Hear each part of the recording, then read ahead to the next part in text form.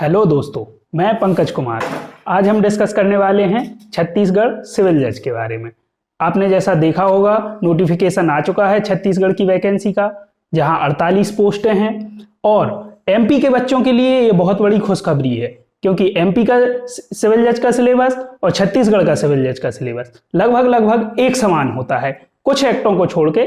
चलिए आज हम डिस्कस करेंगे छत्तीसगढ़ का सिलेबस क्या क्या है सिविल जज के लिए। हम बात करते हैं कौन कौन से एक्ट आएंगे। सबसे पहले यदि हम बात करते हैं तो इंडियन पेनल कोड, जो आईपीसी है, वो सबसे मेन सब्जेक्ट है और जो एमपी सिविल जज में भी आता है। दूसरा subject criminal procedure code CrPC. तीसरा civil procedure code CPC.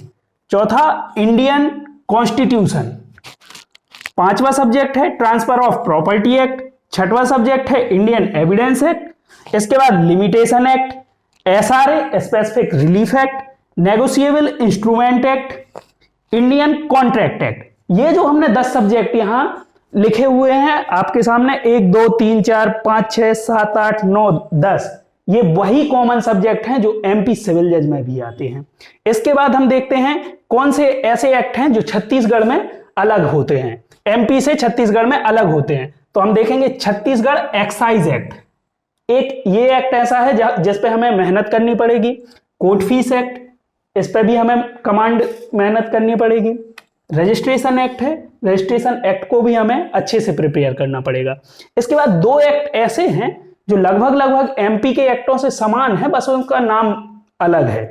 Chhattisgarh land revenue act, जिसे एमपी में एमपी लैंड रेवेन्यू एक्ट कहते हैं। लगभग धाराएं और अधिकारी भी समान ही हैं, नाम चेंज हो जाता है।